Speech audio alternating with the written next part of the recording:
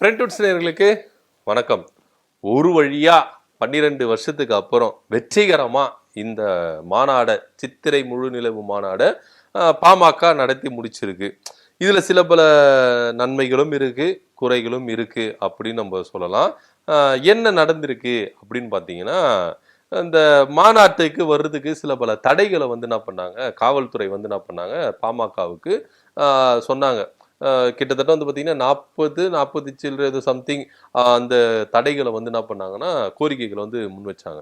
என்ன இது இந்த இந்த விஷயம்லாம் நீங்க பண்ணக்கூடாது அப்படின்னு சொல்லிட்டு. அதுல பிரதானமா வந்து பார்த்தீங்கன்னா, அ போக்குவரத்துக்கு இடையூறெல்லாம் இருக்கக்கூடாது ஒண்ணு. இன்னொன்னு வந்து பார்த்தீங்கன்னா, வண்டியில வரும்போது மேற்கூரையில உட்கார்ந்து அட்டகாசம் பண்ணக்கூடாது அப்படின்னு சொல்றாங்க.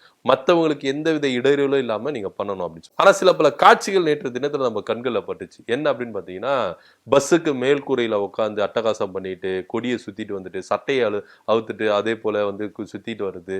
அதை மற்றவங்களுக்கு இடையில ரோட்ல இருந்து இன்னைக்கு பாலை வச்சுட்டு விளையாடுறது, மற்றவங்களுக்கு இடையூறலா இருந்தது, மற்ற போக்குவரத்து நெரிசலா இருந்தது. ஸோ இந்த மாதிரி வந்து பார்த்தீங்கன்னா தொடர்ந்து வந்து அதே போல மாநாட்டு திடல் வந்து பார்த்தீங்கன்னா ஆபத்தை உணராமல் அந்த எல்இடி அந்த இது வச்சிருப்பாங்கல்ல கட் அவுட் அது மேல ஏறி இது பண்றது, அதுல கரண்ட் பாஸ் ஆகும், அந்த எல்இடி கீழே சரியறதுக்கான வாய்ப்புகள் இருக்கு. ஸோ இந்த மாதிரி விஷயங்களை வந்து பார்த்தீங்கன்னா தொடர்ந்து வந்து என்ன பண்ணுச்சு நடைபெற்றுச்சு. இதை பாமக கண்டுக்காம இருந்தது. ஏன்னா அவங்களுக்கு அந்த உற்சாகம் வந்து ரொம்ப மெயினா இருக்கிறதுனால அது இருந்தது. அது மாத்திரம் இல்லாம சில பல விஷயங்கள் அங்க நடந்தது.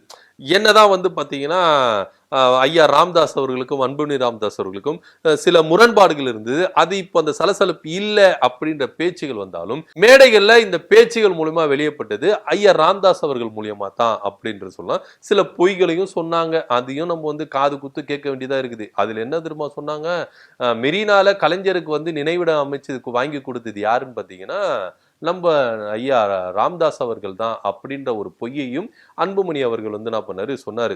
அந்த இடத்தை வாங்குறதுக்கு எந்த அளவுக்கு போராடினார் நம்ம தமிழ்நாடு முதலமைச்சர் அப்படின்றத வந்து நம்ம பார்த்தோம். அதாவது தன்னுடைய முன்னாள் முதலமைச்சர் தன்னுடைய தகப்பன் இறந்துட்டு அங்க இருக்கிறாரு, அவர் அடக்கம் பண்ணணும். அந்த டைம்ல எந்த அளவுக்கு சட்ட போராட்டம் நடத்தி அந்த உரிமையை வாங்கி கொடுத்தார் அப்படின்றத வந்து நம்ம வந்து எல்லாருமே பார்த்தோம். இதன் மத்தியில இந்த கிரெடிட் எல்லாம் அன்புமணி ராமதாஸ் அவர்கள் யாருக்கு கொடுக்கிறாருன்னா தன்னுடைய தகப்பனார் ராமதாஸ் அவர்களுக்கு கொடுக்கிறார். அது எந்த விதத்துல நியாயம் அப்படின்னு நமக்கு தெரியல. சரி, அதெல்லாம் ஒரு புறம் இருக்கட்டும், அவங்களுடைய அரசியல் ஸ்ட்ராட்டஜி அது அப்படி இருக்கட்டும். இதுல வந்து பாத்தீங்கன்னா முழுக்க முழுக்க இது வன்னியர் சங்க மாநாடா இல்ல ராமதாஸ் அவர்களின் குடும்ப மாநாடா அப்படின்ற ஒரு ரேஞ்சுக்கு தான் வந்து என்ன பண்ணிச்சுன்னா பார்க்கப்பட்டது. என்ன அப்படின்னு பாத்தீங்கன்னா இந்த பக்கம் ஐயா ராமதாஸ் அவர்களை தன்னுடைய பேரன் முகுந்தன் என்ன பண்றாரு வழி நடத்திட்டு வராரு. இந்த பக்கம் அன்புமணியை வந்து பாத்தீங்கன்னா தன்னுடைய மகள் வந்து என்ன பண்றாங்க வழி நடத்திட்டு வராங்க. என்னப்பா இது, மேடையில வந்து பாத்தீங்கன்னா கட்சி நிர்வாகிகள் இருப்பாங்க சரி, ஆனா முழுக்க முழுக்க ராமதாஸ் அவர்கள் குடும்பமே இருந்ததே. அன்புமணி இருக்கிறாரு, ராமதாஸ் ஐயா இருக்கிறாரு, அவங்களுடைய மனைவி இருக்கிறாங்க, சௌமியா அன்புமணி இருக்கிறாங்க, முகுந்தன் இருக்காரு, அன்புமணியுடைய மகள்கள் இருக்காங்க. என்னதான் நடக்குது அங்க அப்படின்ற ஒரு விஷயம் வந்து பாத்தீங்கன்னா ரொம்பவே ஆச்சரியமா இருந்தது. என்ன விஷயம்னா ராமதாஸ் ஐயா அவர்கள் வந்து தன்னுடைய பேரன் முகுந்தனை வந்து கட்சிக்குள்ள வந்து என்ன பண்ணாரு கொண்டு வந்துட்டாரு மாநில இளைஞரணி தலைவரா. சோ இங்க அன்புமணி அவர்கள் என்ன பண்ணாரு தன்னுடைய மகளை கொண்டு வரணும் அரசியலுக்கு அப்படின்னு, தன்னுடைய வாரிசை கொண்டு வரணும் அப்படின்றதுக்காக தன்னுடைய மகளை வந்து என்ன பண்றாரு இப்பவே ப்ரிப்பேர் பண்றாரு. இன்னும் சொல்ல போனா நிறைய பேர் என்ன சொல்றாங்கன்னா அங்க மாநாட்டை வந்து முழுக்க முழுக்க முன்னிருந்து நடத்துது வந்து தன்னுடைய மகள் தான் அப்படின்ற ரேஞ்சுக்கு நிறைய பேர் என்ன பண்றாங்க சொல்றாங்க. ஏன்னா அந்த மாநாட்டு திட்டத்துல ஒரு காட்சியை நம்ம பார்க்கும்போது அன்புமணி அவர்களுக்கு சில ஆலோசனைகளை அவங்க தன்னுடைய மகளே வந்து என்ன பண்றாங்க சொல்றாங்க. பின்னிருந்து அன்புமணியை பின்னிருந்து இயக்குறது வந்து அவருடைய மகள் தான் அப்படின்ற மாதிரி ரேஞ்சுக்கு என்ன பண்றாங்க பாமக நிர்வாகிகள் அரசல் புரசலா பேசிக்கிறாங்க.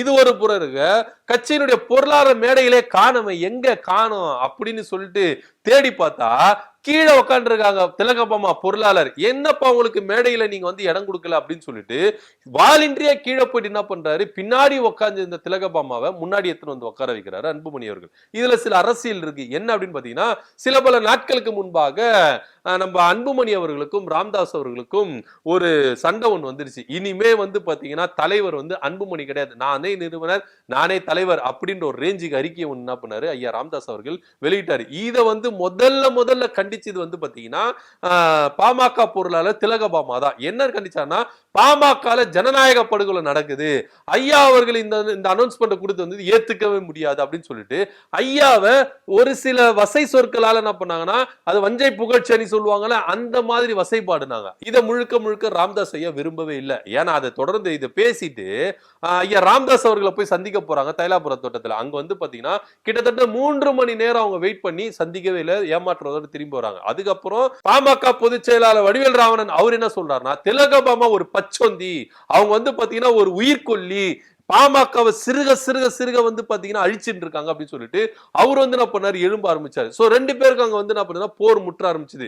அன்புமணி ராமதாஸ் இருக்க போயிட்டு கட்சி நிர்வாகிகள் இந்த வந்து சலசலப்பு சர்ச்சைகள் எழும்ப ஆரம்பிச்சு. உடனே அன்புமணி அவர்கள் தலையிட்டு அதை அப்படியே ஆஃப் பண்ணாரு. அதுக்கப்புறம் வந்து பாத்தீங்கன்னா திலகபாமா தன்னுடைய பணிகளை செய்ய ஆரம்பிச்சாங்க. மாநாட்டிலையும் சில பல வேலைகள்லாம் அவங்க செஞ்சாங்க. ஆனா உரிய அங்கீகாரம் அவங்களுக்கு கிடையில. ஐயா அவர்களை எதிர்த்துட்டு பேசிட்டு இந்த அளவுக்கு வந்து உட்கார்ந்துட முடியுமா, பாத்துக்கலாமா, பெண்களுக்கு எந்த அளவுக்கு எங்களுக்கு கீழே தான் அப்படின்ற ஒரு ரேஞ்சுக்கு ஒரு பெண்ணை வந்து எந்த அளவுக்கு முன்னாடி நிறுத்தாம கீழே நிப்பாட்டி இருக்காங்க அப்படின்ற ஒரு கருத்தை சொல்றதுதான் திலகபாமா அவர்களை ஒதுக்கி வைத்துட்டு, அவங்க வந்து மாநில பொருளாளருங்க, அவங்கதான் ஸ்டேஜில் இருந்திருக்கணும், ஆனா அவங்களை கீழே உட்கார வச்சு அசிங்கப்படுத்திட்டார் ஐயா அப்படின்ற ஒரு ரேஞ்சுக்கு சிலர் வந்து என்ன பண்றாங்க, பேச ஆரம்பிச்சுட்டாங்க. சோ பாமக வந்து பாத்தீங்கன்னா 14 தீர்மானங்கள் போட்டதுங்க.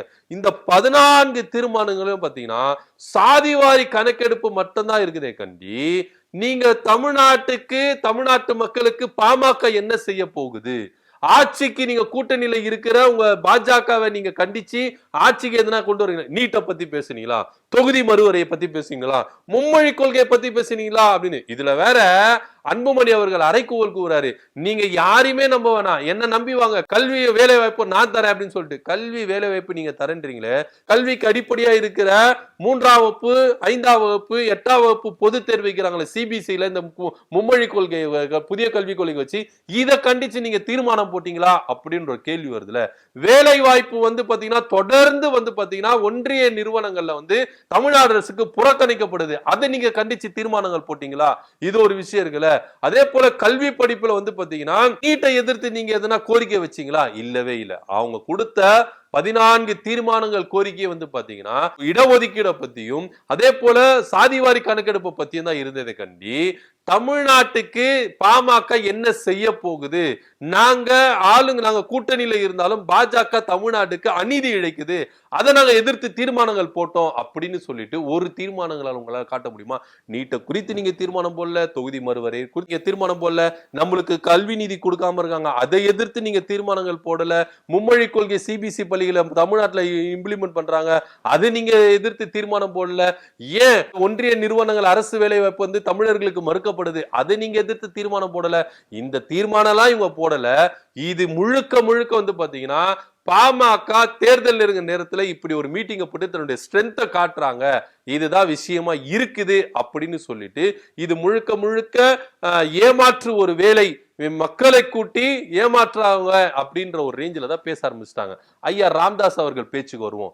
அவர் என்ன பேசுறாரு மேடையில் அன்புமணியை பக்கத்து வச்சுன்னு, தம்பி இதுக்கப்புறம் உன் கணக்கெல்லாம் வேலைக்காகாது, நான் இந்த கட்சி கூட்டணிக்கு போறேன் அந்த கட்சி கூட்டணிக்கு போறேன் அப்படி இப்படின்னு பேசுறத ஃபர்ஸ்ட் நிப்பாட்டு, கூட்டணியை பத்தி நான் தான் முடிவு எடுப்பேன், அதனால அதை பத்தி நீங்க எதுவுமே கவலைப்பட வேணாம், நீங்க ஏடா கூடமா எதுனா பண்ணீங்கன்னா நீங்க என்ன பண்ணுவீங்க, கடல்ல தூக்கி போட்டுருவேன் அப்படி இப்படின்னு சொல்றாரு. அதே போல 4 போன் வச்சுட்டு இருக்க, அதே போல உனக்கு நீ கூட்டம் சேர்த்துக்கிற அப்படி இப்படி வசைப்ப சொற்கள் வந்து என்ன பண்ணாரு பேசுறாரு. இதுல வந்து பாத்தீங்கன்னா பக்கத்துல உட்கார்ந்த அன்புமணியோட ரியாக்ஷன் வந்து பாத்தீங்கன்னா இந்த ரியாக்ஷன் எதுல செட் ஆகும்னு பாத்தீங்கன்னா கடந்த டிசம்பர் மாதம் ஒரு பொதுக்குழு போட்டாங்களா, அப்ப அங்க 2 பேருக்கு வார்த்தை போர் வெடிச்சதுல அங்க கொடுக்கிற ரியாக்ஷன் அதே ரியாக்ஷனை அன்புமணி அவர்கள் இந்த மாநாட்டிலே கொடுக்கிறார். சோ அன்புமணி அவர்களை ராமதாஸ் ஐயா அவர்கள் மறைமுகமாக சாடுறாரோ, சில வார்த்தைகளை சொல்லி அவரை வந்து திட்டுறாரோ, கடிந்து கொள்கிறாரோ அப்படின்ற ஒரு பேச்சும் இங்க அரசல் புரசலா பரவிட்டு தான் இருக்கு. சோ இன்னமும் 2 பேருக்கு நடக்கின்ற அந்த வார்த்தை போர்கள் சர்ச்சைகள் இன்னும் நீங்கல அப்படின்றத தெல்ல தெளிவா காட்டுது. அது போக மாநாட்டு நிறைவிழால மாநாட்டு மலர ஐயா அவர்கள் வெளியிடுவார் அப்படின்னு சொன்னதும் முகுந்தன் அவர்கள் என்ன பண்றாரு, ஐயா ராமதாஸ் அவர்கள் அப்படியே நைஸா கையை பிடிச்சு கூட்டிட்டு போறாரு. சோ இந்த வீடியோக்கெல்லாம் வந்து என்ன பண்ணுவோம்னா நேற்று சமூக வலைதளங்கள்ல ரொம்ப பரவலா முன்வைக்கப்படுது. சோ இன்னமும் பாமக வந்து பாத்தீங்கன்னா இரட்டை வேடம் தான் போடுறாங்க அப்படின்ற ஒரு நிலைப்பாடுல தான் இருக்கு.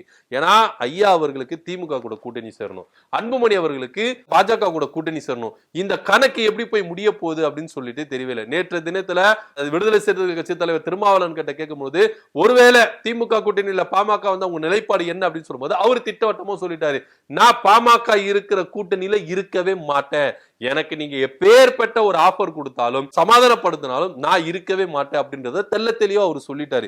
இப்ப திமுக என்ன மாதிரி ஒரு ரியாக்ஷன் எடுக்க போகுது அப்படின்ற ஒரு கேள்வியும் நம்மளுக்கு முன்வைக்கப்படுது. பாமக நேற்றைய தினத்துல மாநாடு நடத்தி முடிருக்கு. இது தன்னுடைய ஸ்ட்ரென்த்தை காட்டுது. கூட்டணி கட்சிகள் வந்து பேச்சுவார்த்தைகள் நடத்தும் பொழுது இதை பார்த்து அவங்களுடைய பேரத்தை ஏத்திக்கிறாங்க அப்படின்ற கருத்து தான் முன்வைக்கப்படுது. சோ எதுவா இருந்தாலும் 12 வருஷத்துக்கு அப்புறம் பாமக இந்த மீட்டிங் வந்து என்ன பண்ணிருக்காங்க, நடத்தி முடிச்சிருக்காங்க. இதுல சில பல குறைகள் இருக்குது. தீர்மானங்கள் விஷயத்துல சரி, ஐயா ராமதாஸ் அவர்கள் பேசுனது சரி, ஐயா அன்புமணி அவர்கள் பேசுனது சரி, நிறைய குறைபாடுகள் இருக்கு. இத பத்தி நீங்க என்ன நினைக்கிறீங்க அப்படின்றத கீழே கமெண்ட் பண்ணுங்க. நன்றி, வணக்கம்.